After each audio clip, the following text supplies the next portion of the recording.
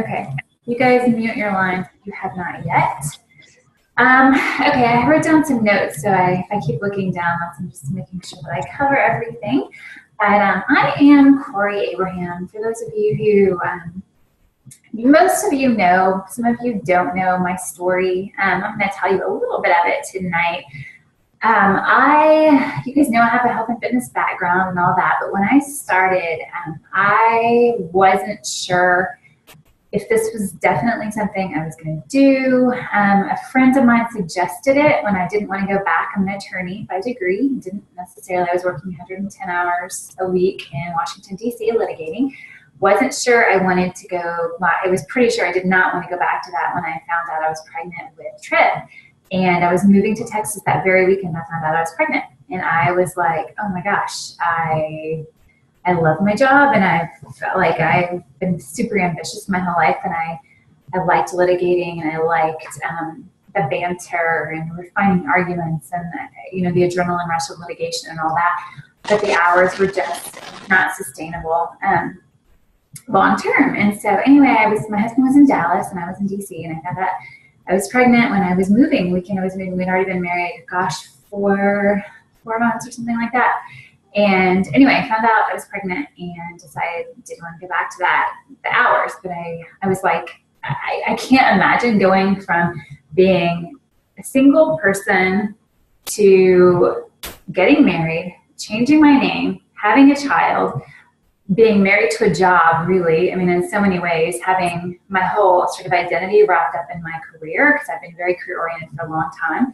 So it was leaving that. It was just a complete 180. Everything I'd known, it was leaving it all behind and doing something 180 degrees different. And so it scared me. And I was like, I can't just become all of a sudden all about diapers and burping. And well, yeah, it blew my mind. Like every single thing was changing in my life. And I didn't know anyone in Dallas when I was moving to Dallas, and didn't really know anyone there. And I was like, I don't even know how to, it'd been so long since I sort of had to make friends without having a job. Like normally you make friends when you are working, right? That's how you meet people, or through church or whatever. But so I didn't know anyone. And that kind of freaked me out too. So the Beachbody opportunity was presented, and it was just sort of a great fit for me. But I only worked probably I've told a lot of you this, but 5 to 7 hours. Like my first year and a half, I worked about 5 to 7 hours a week. And looking back, I wish I'd done more because I had time before kids. I'm like, why didn't I work more than that? Because I didn't have a kid. Like once you have kids, it's game over in a lot of ways. It's like you're so strapped for time. But when I didn't have any kids yet, I still wasn't working that much. I was doing other things. I was still doing some pro bono stuff with the law and different things like that, writing wills and doing some local counsel work for my firm in DC, but nothing super involved. And so anyway, I only worked 5 to 7 hours. And I did that my first year and a half in the business. And after 1 year in the business, I was making $1,000 a week. And the reason I tell you that is because you can do the same thing. And it's really all about consistency. And I know you hear it all the time, like it's all about consistency, it's all about consistency. I'm telling you, it's all about consistency. And I want to just kind of get into that a little bit, break it down for you. But you need to act before you're making a lot of money, before you are, oh, by the way, my income is pretty much doubled every year, if not more than that. But you need to approach this sort of as if, right? So I want you to think about it as if you were already successful. So you need to approach your fitness programs that way. You need to do a fitness program, not necessarily a hybrid. You need to pick a fitness program and do it and be faithful to the program and post about it every single day. Like you've got to be, that's just the number one tenet. Like you have to be faithful to a program every single day and then talk about it. You have to show results and show what's possible. And what's important is, the reason that's important is because you have to have credibility. When you're starting in this business, unless you have a fitness background, you're not credible in this space. Like you're just not. Unless you've had a transformation, unless you're Jackie Gift and you've lost 105 pounds through Beachbody, or even 50 pounds or whatever, unless you have a transformation, which means you've been faithful to a program, correct?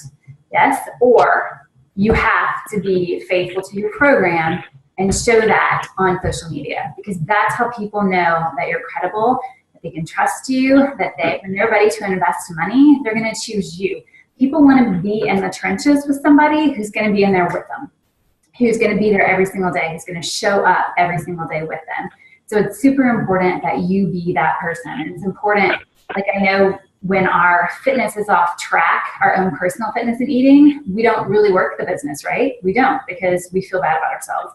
And we feel bad about sort of being an example and whatever. So it's super important that we stay, you can certainly be honest and be real, and you don't have to be perfect, but you need to try to be faithful to a program and do it every day and post about it and post about the trials and tribulations and the ups and downs and all that. But I mean, really, in a lot of ways, our paycheck is tied to our fitness. And so, because that's where our credibility comes in. So it's really crucial that you guys do that and you act as if you're successful already. I don't care if you've never done a program. Amy Fry jumped in without having ever done a program. Well, she'd done 10-minute training, which she hated, but she jumped in as a coach with the 21-day fix. She started posting about it before her fix ever arrived. I think she'd probably already hit success level before her fix had ever even arrived. And so she was just sharing like what she was doing every single day and made a post that wasn't a stock photo, that was very personal about her, like her trepidation, like whatever it was that was going on in her mind, like that's what she was posting about. People related to that. People wanted to do the program with her. And that's what you're doing. You're creating that. They're piquing that same interest because you are posting about what's going on with you and what's difficult about the program, what's easy about the program, how you've made it work in your life. Like those are really important things for you to focus on. And then the second thing is your team. Team building. You have to have a vision. Even if you don't have anybody on your team yet, even if you don't, even if you have one person on your team, it's super important that you have a vision for what your team is going to look like. I didn't have a team. When I started, I was part of a bigger team, but the team culture was not anything like our teams. It was very different, in fact.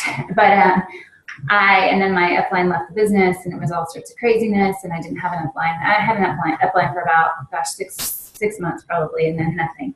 So I knew what I wanted Arete to look like. I knew the kind of culture I wanted to create. I knew that I wanted it to be an uplifting, positive place, no negativity allowed. I wanted it to be a group of people who were more like a family, who were sisters and brothers, and just a really tight-knit group. And that's what I craved, because I didn't have that when I moved to Dallas, and I didn't have that when I left my law career. I just didn't have that community, and I wanted it so badly. I wanted desperately to create something like that. And so I hope that maybe you're learning some things you don't want, or what you do want based on our team culture. And you need to think about what you want your team to look like, and that's what you need to act like. Because whether you like it or not, like creates like, right? So whatever you put out, that's what you're going to get. So if you are that positive, encouraging, supportive person, then that's the kind of person you're going to attract. So I want to make sure that you do that, but you need to act like you are successful already. You need to act like you already have a team of incredible coaches, and you have you know what you're doing, even if you don't have a clue what you're doing. You need a vision of what your team is going to look like. I remember not even that long ago, Amy Flack, when she joined me, she was like, I don't remember how many months I'd been coaching, probably, I don't know, 8 months or so. And she was like, just recently, she was like, I remember thinking you were like so successful and all of these things. And I was a diamond, but I wasn't like, I wasn't super successful at that point. But I knew what I wanted it to look like, and I knew that I was going to be, because I'd heard, and I've told somebody this story before, but the reason I knew that I was going to make this a career, and I came into this to build a business. As some of you know, I do love fitness, yes, and that's my background, but I was all about building a business and working from home. And so that's what drew me into this. And I heard that my grandma upline, somebody mute me one, I don't know who said this, my grandma upline was making like 5 figures a week. And I heard that number, and I was like, what? Like, back the truck up. I can make 5 figures a week doing this? That's insane. But I met her, and she was a very normal, down-to-earth person. And I was like, not to say that she's not special, but she's not special in the sense that she is so different than any of us. Like, yes, she's kind and charismatic and all of that, but not different than any of you. And I was like, you know what? I can do this too. If she can do that, I can do it. And so I just decided at that point I was going to build a business. And I acted like as if I had already found success. And that's what you have to do. Somebody's line is killing me. So mute your if you haven't. You have to act as if you already have found that success, even if you're not sure. Even if you haven't, even if you you don't know exactly what that looks like or how to get there, you don't have to know how to get there. You just have to put out what you want to draw. You have to put out what you want to attract. So make sure that you are acting as if you are. So don't go, tacky Mickey Mouse kind of stuff. Like make sure that you treat it as a business and that it's your storefront, and that you act like you're successful, and that will follow. I guarantee you. That's the credibility, the reliability, community, all of those things. You need to act like that, so that's what you attract. Okay, I wrote some notes and I want to make sure that I cover what I wanted to. Yeah, so that's a dependable thing too. So people want to go to bat with other people who are dependable. So if you're posting about the business, if you're posting your 2 lifestyle posts a week, which is what I recommend, if you're doing those things, then you're going to attract that. And people know that you're dependable because you consistently do it. It's not like you do it once and then you're off the grid for a month. It's you keep doing it consistently. And you might not get likes every single time. I guarantee you, well, my first, 6-10 months in the business, maybe even a year in the business, I was not getting a ton of likes on my post. I was not getting a ton of comments. I was not getting a whole lot of love, but I just kept doing it. And your following does grow. Even when it's not there in the beginning, I guarantee you that if you just keep doing it, people are watching, whether they're responding or not. So many times, the people who are not watching and not responding are the ones who come to you and say, I've been watching you. Whatever. I've been watching your posts, and I think I'm ready to do this challenge group, or I think I'm ready to try coaching, or whatever it is. I'd like to know more about that. There are almost always people who never comment or never like. So you just have to be consistent doing it and know that people are watching, even when you don't know that they are. But I want to talk about Jenny Laurie. Like, she was one who was attracted, like me, to the business side because I was posting about the business opportunity. And that's what attracted her. And she's, one of my top coaches, like far and away. And she was attracted to, yay, JL. She was attracted to that. So if that's what you want to attract, if you want to attract awesome 3-star coaches, soon to be 3-star, like JL, then you need to be putting out stuff about the business opportunity, like not just fitness challenge groups, but talk about what this can do for your life, what this can do for your family, what void can this fill. Whatever it is you like about coaching, that doesn't need to be, I made all this money. It can be, I love this community. It can be, I love working from home and having flexibility and helping to pay off our car. It can be, our car tire we had a flat tire and I didn't have to worry about where that money was going to come from. I had my Beachbody money. Even if it's not a ton of money, just to show gratitude for even the small amounts. That's super important. So make sure that you are talking about the business opportunity frequently. Okay, but I want you to picture this. So you've heard the compound effect, right? I'm obsessed with the metaphor of the well. So when you pump a well, like I want you to close your eyes and picture this, pumping a well, right? Digging a well and pumping. In the beginning, it takes a long time. You're pumping, right? You're pumping, nothing's coming out. You pump and you're working so hard. You're sweating, all this, blood, sweat, and tears, and you're just pumping and nothing, absolutely nothing is coming out. Well, I want you to think about like when you lose coaches, they're going to quit. You're not going to retain every single one of your coaches. You're just not. That's not the way it works, and you're not going to. I've lost a diamond. I mean, I'm telling you, and sometimes it hurts, especially when you've invested a lot of time in somebody and a lot of energy in somebody, and you believe wholeheartedly in somebody that they can do this, and it hurts. It hurts a lot when they quit, but you will have people quit. It's the way it goes, and you can't want it more than they do. Like, you cannot drag somebody along, and that's a lesson I hope you guys learn sooner rather than later. Like, work with the willing, run with the willing, but don't drag anybody, because it's going to frustrate the heck out of you, and it's just a time suck and an energy suck. So make sure that you always just try to work with the willing.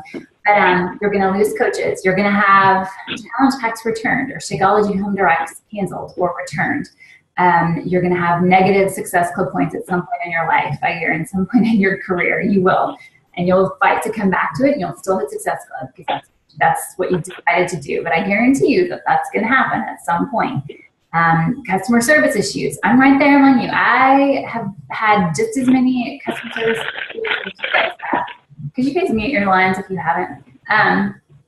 It's thankfully much better at coach relation stuff, and I can call the diamond line and on your behalf and on my own behalf, my customer's behalf, or any of yours. But I'm thankful for that. But I spent, for a while there, I was spending hours every single day on the phone with coach relations, literally every single day. So that's going to happen. You're going to have coach relations issues. Not like that to that extent anymore, hallelujah, but you're still going to have some issue at some point in time because this is a business and that's just the way it works. You're going to have family and friends who doubt you, who don't share your vision, who think that it's a pyramid scheme, or think that you're spending too much time on your phone, or maybe it's not worth it, or this is some kind of scam, which of course you guys know it's not. But you will have people who don't share your vision, and that's something you're going to have to overcome. So when you're pumping the well and it's all this hard work and you're not making a ton of money in the beginning, but you just keep on pumping, right? You just keep your head down and you keep pumping, and you keep pumping, and you keep pumping, and you do it just not for hours at a time, but you just do your hour a day. That's all it takes, right? An hour a day, you just pump and pump, and eventually it becomes a little easier, right? You get the momentum going. The water starts to come, and you are not having to pump quite as much. And then eventually it's a flowing stream, right? And it's hard to stop because you have so much flowing. You can't even stop the water. And you just keep pumping the entire time with the same amount of effort. But in the beginning, you don't see a huge return. The compound effect of that is you see a massive return. And you heard some of us talk about the huge paychecks we had, highest ever paychecks. And that's because the compound effect. It's not because of the work I did this week or last week. It's the work that I did for 3.5 years building up to this point. And I work a little more than 7 hours a week now because I have a team of people. That is killing me, whoever's line that is. It's all right, it's just annoying.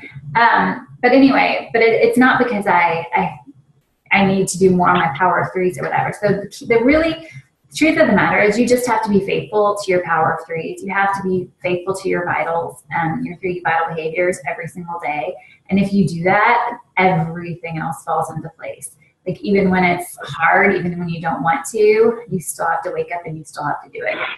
And if you do that, you're going to be sitting here 3.5 years from now, looking back and just be amazed and be like, how in the world did that happen? And so you've got 3 things. You put yourself out there, even when it's not comfortable. You have to do that a lot, right? A lot. You have to put yourself out there, make yourself vulnerable. That's what people relate to. So you have to put yourself out there, then you revise and you repeat. So the key here is to revise. You want to make sure you don't just keep posting the same stuff.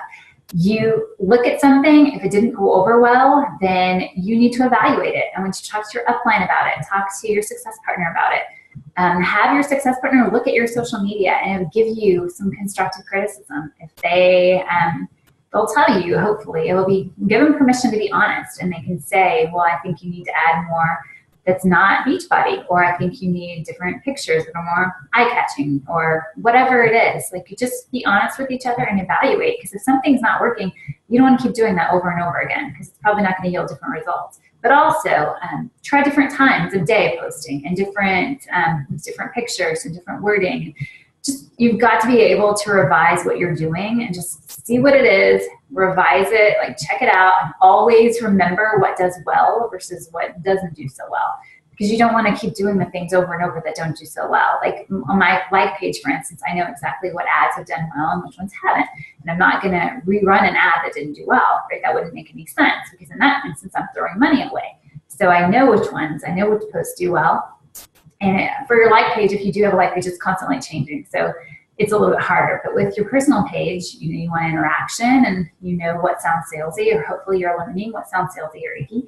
If it feels salesy or icky, then it probably is salesy or icky. So you need a little rewrite, and don't be ashamed of that. Just ask. Don't, like, I think it was JL who said, don't suffer in silence, but don't suffer in silence. Tell us, like, ask your upline, or ask me, or ask one of the groups you're in with coaches, not one of your challenge groups, but ask them for advice on a post. Does this sound okay before you post it? Or how should I fix this? Or what would sound better? because sometimes we are too close to the situation. So you need to sort of step back, get a third party or an objective opinion, and have them weigh in on your post. But anyway, so what I want you to take away from this is that you need to stay accountable to your progress. So that's one of the main things, right? Accountability to your progress and your own fitness journey. That's huge. Then you need to grow as a leader every single week. Then you're going to attract people. You're not going to attract people who are serious about the business if you're not serious about the business, which makes sense, right? So if you are actually serious about this and you want to make a business, then you're going to attract the JLs of the world who also want to make a business and want to make money doing this. If you act flippant, like you're not serious, whatever, like, oh yeah, this is just something I like to do for fun, I work out occasionally, whatever, you're not going to attract builders, period. Like you're just not. So if you actually want to make an income, then you need to take it seriously and post in a serious way. Everybody wants a JL in her business, Amy. So that's just the law of attraction. You have to continually grow. So that's personal development, right? You're only going to get the team that you're ready to have. So if you're not ready to have this big, amazing team of builders and people who are incredible, positive, whatever, then they're not going to be there for you. Like you have to grow as a person, which means personal development every single day. If you're not growing into that leader, you're not going to attract that, and you're not going to be able to handle a big team. So make sure that you spend that time. I mean, I think that's the one thing everybody, when they start, they're like, oh, I don't need personal development. I'm developed. I don't need any personal development. Are you kidding me?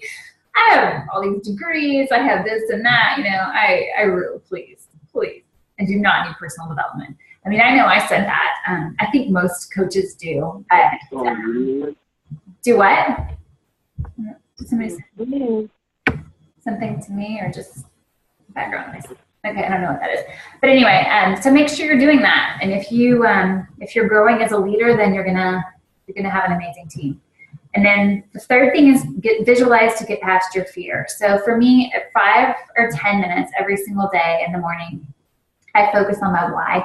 So I have a vision board, as you all know, and I focus on why I'm doing this. So for me, it's my kids. It's my paying off all of our debt. It's traveling with my family. It's being home with my kids and being present with them, but also contributing to our income, not having house payment or literally any debt whatsoever. So I have to think about that every single day. And there are some days I don't want to do it. Some days I'm like, oh, whatever. You know, just like with the workout, you're not going to feel it every single day. You need to think about it for 5 or 10 minutes every single morning. And I do it when I'm going to work out. I watch a motivational video, I connect with my why, and then I want to kill my workout. And so that's something that you just have to train your mind to do. It's just like the well. You're pumping the well every single day. That 5 minutes, you think about your why. Every single day, you're pumping the well. And you reflect on it and visualize.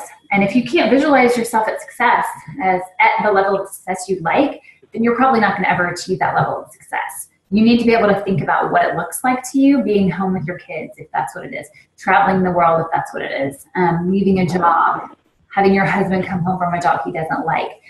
Whatever it is for you, it's different for all of us, right? So whatever it is for you, you need to think about that and visualize that. And that will get you past that fear if you can continually come back to that vision. And then you need to plan ahead and do the work. So you need to look at the calendar. I try to create one every month, but I have not. There have been a couple months when I haven't. But look at a calendar. You should know ahead of time when the sneak peeks are. You should know ahead of time when the challenge groups, your challenge groups are going to start. You should not leave it to chance. You need to plan it out in advance. So you always know, like you don't want to be at the last minute going, oh my gosh, I'm supposed to start a challenge group tomorrow. I don't have any challengers. I need to start asking people. That's ridiculous, right? Like that's not how you run a business. You need to decide what dates you're going to start a challenge group. You decide when you're going to do a sneak peek. And you need to have been having conversations about coaching like for a few days now, not just tomorrow night, right before, or Wednesday night, the night before we have the sneak peek blitz. You need to have thought about it in advance. Invited people, talk to them about it, why you think of them, why you think they'd be a good coach. Have the conversation, because as I've told you before, coaching is a process. Like the decision to coach is a process. Most people don't hear it the first time and go, sign me up, I'm ready. Like most people think about it, let it marinate for a while. Some of you years before you said yes to your coach, right? Literally years. My own sister-in-law, Jody, years. I think I was coaching for like 2 years or something before she ever said yes. So 2.5 years, whatever. Yeah, Amy, it's 2.5 years. So it's a process, but if you don't ever invite them, like the process isn't even going to start. It's like when my little boy's in trouble and he keeps doing whatever that action was when I send him to timeout or whatever, but he keeps doing whatever it was. And I'm like, your time doesn't even start until you close your mouth. Like it doesn't even start, right? Like the clock on the timeout chair doesn't start until your mouth is shut. I know you moms understand what I'm saying. But it's the same kind of thing, right? So until you invite somebody, until you have that conversation, like that clock, maybe it's 6 months, a year, whatever, it doesn't even start until you at least plant that seed. So it's important that you plant the seeds. And some people will come along quicker than others and, decide that it's for them or it's a better time. And I believe everything is God's time anyway. But whatever that person's time is, or whenever that person's time is, like you won't necessarily even know or plant the seed until, or know and let it come to fruition until you plant the seed. So if I could talk. But anyway, so that's super important to plan ahead. You don't want to be stuck last minute inviting people to things, and then there's pressure. You don't want to wait till the last day of the month for Success Club, because then there's all this pressure. I know sometimes it's just the way it works out, and it's not because you weren't trying the whole month. People just wait or whatever, for whatever reason. That happens sometimes. But you need to do every single thing you can do to alleviate any of that. So like you really don't want the stress of waiting until the last minute. You should not be sending invites for the first time on the 31st of the month. You should be sending follow-ups maybe if you haven't hit Success Club before that, but you definitely don't want to wait until the very end. Okay, hold on. Regan, you have your hand raised, it says. I don't know what that means. Reeves. I don't know. It says Regan has her hand raised, but I don't even see Regan here. So she might be on the other screen. No, I do not. Okay. Anyway, but the importance, the important takeaway for you guys is just to know that all the work you do, like we've said before so many times, like none of it at all is wasted. Every single bit of it is just pumping the well. In the beginning, it's a lot of pumping for not a lot of income. But then it gets easier and easier and easier, and the water starts to flow. And then you have all this momentum because you've been consistent. And then it's going to just flow so much that you have to work to stop it. And it's a beautiful thing when that happens, but it's the compound effect, and that's the way this business works. And it works for every single one of us like that. So you're no different. If you're like, it seems like somebody else has it so easy, or it seems like, I know all of us compare. We all play the comparison game, right? And we're like, how did she do it so easily? How did she already get to diamond? How did Amy get to diamond in however many days, 50 days or 40 days or whatever she did? How did, other people have done it in 3 days. How did so-and-so sell 30 or get 30 Success Club points this month? And we just play the comparison game, right? And we wonder. But, sometimes people they're already starting out with credibility. Sometimes people are already starting out with a big network. I did not start out with a big network. I think I had probably 600 or 700 friends, which, that's not a tiny network, but it's certainly not large. And I was not, I posted on Facebook, but I certainly didn't have things public. I was not really sharing. I had a fitness background, so a lot of my customers are people who took fitness classes from me when I was teaching group exercise classes, or people I trained when I was a personal trainer. So I had that going for me, but I wasn't social media. I was not the person who was always posting my journey on social media or posting anything on social media. And so I really went from nothing to where I am now. And I've built my entire business really on Facebook, which you guys can too. But the difference really is just that I've been here longer. I've done it for 3.5 years, and I've been consistent for 3.5 years. Not that I've done anything spectacular or that I've spent. I know the top 10 coaches will say they worked 80 to 100 hours a week. If that's your goal, if you want to go for top 10, you can absolutely do it. You will have to work more, but you can do it. That's not my priority. I want to stay home with my kids and be present with them, and that would take away all of that. And so that's just not on my radar, and not something that I ever want to do. But I don't want to deter you. If you want that, go after it. you can absolutely do it. It's, you know, we're all at different places in our journey, and that's just not what I want. But if you do, I would love to see you go after it. But anyway, I don't remember what my point was in that little tangent.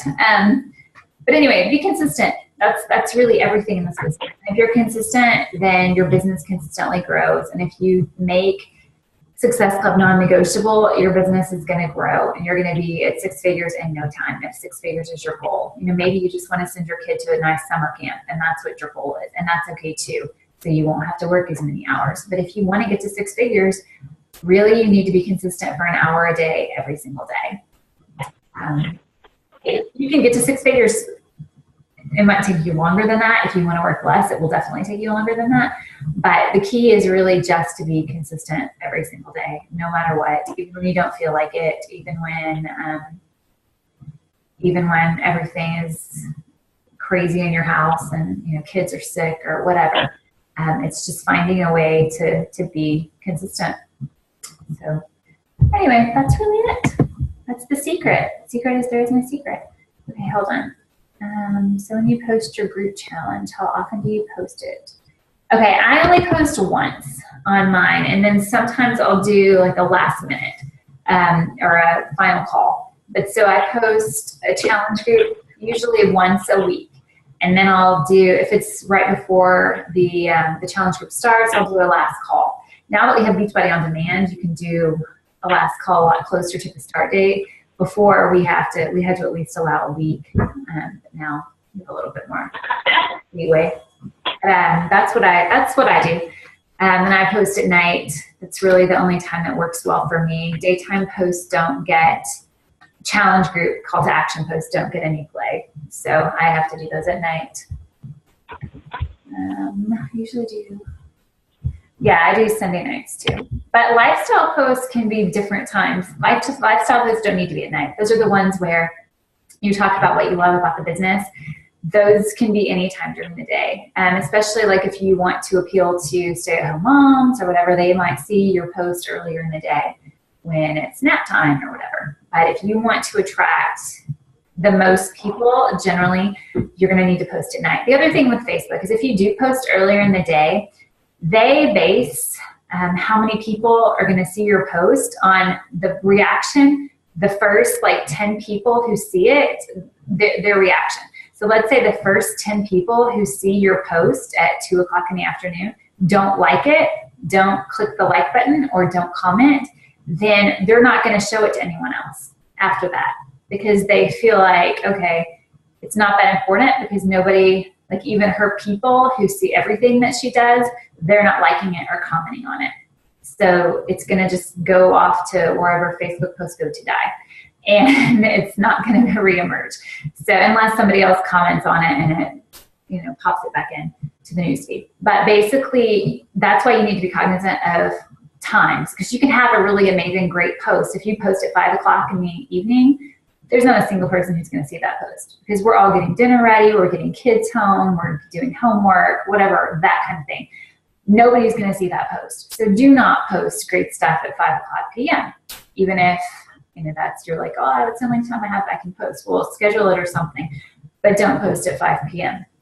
The same thing at like 5 o'clock in the morning. It's not smart to do. I mean, you can post about your workout at 5 o'clock in the morning, but if you want somebody to act, if you want somebody to see something that you've done and act on it, and take an action like order something or message you for information, that should never be done in those hours. They need to be able to be sitting at a computer without distractions, or at least with minimal distractions, and, you know, sit down and send you a message, or be able to actually seek more information, or whatever your call to action is. Talk about the sneak peek, ask you what you do, what a coach does, whatever. Earlier in the week, always works best, because at the end of the week, people have girls' night out, date night, different family activities on the weekends, ball games, things like that. So typically, Sunday, Monday, Tuesday are the best. Wednesday is okay too. But Thursday, Friday, Saturday, not generally good times to post. Okay, hold on. Does Facebook? Yeah, Facebook definitely punishes Google Images or Pinterest stuff. If you get it off Pinterest or Google Images, they're not going to show it to very many people. So take whatever you like, wording, whatever. I actually have a folder. I'm a big organizational freak, as some of you know, but I have a folder of images of wording that I like. So then I'll take another picture and put that wording on it. So I just save it, like anything that resonates with me or that I'm like, oh, I really love the way it says that, or I love something about this particular quote, then I save it in that folder, and then I just grab it on WordSwag or whatever and put it on a picture.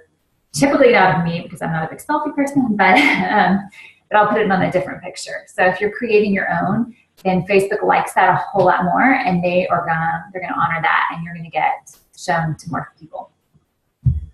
So always do your own if you have time. Yeah, WordSwag's great. I like it too. No, so post-cron on your personal page, Debbie, will affect people seeing it. So post-cron for groups is obviously fine, but if you're gonna do personal page, then you try to post a live. Some of you can't, and that's fine. If you cannot, then use post-cron. But Facebook does not reward you for using a scheduling site or app or tool. So make sure that if you can, you post live. And even, especially a post without a picture, those get killed if you schedule those. So if you have a post with no picture that's just text, post it live if at all possible. Like what I do is I'll just put it in a note in my phone or write out exactly what I'm gonna say, and then I can just copy paste and post. If I know I'm not gonna have time at 8 o'clock at night, I'm gonna be crazy busy, but I need to post at that time, then I just have it all ready to go on my phone so I can post it live, and you'll get a lot more play that way. So we're about to lose the call, so if we do, I apologize if it breaks up. Yeah, I like Pick Collage too. But anyway, so do it live if you can. If you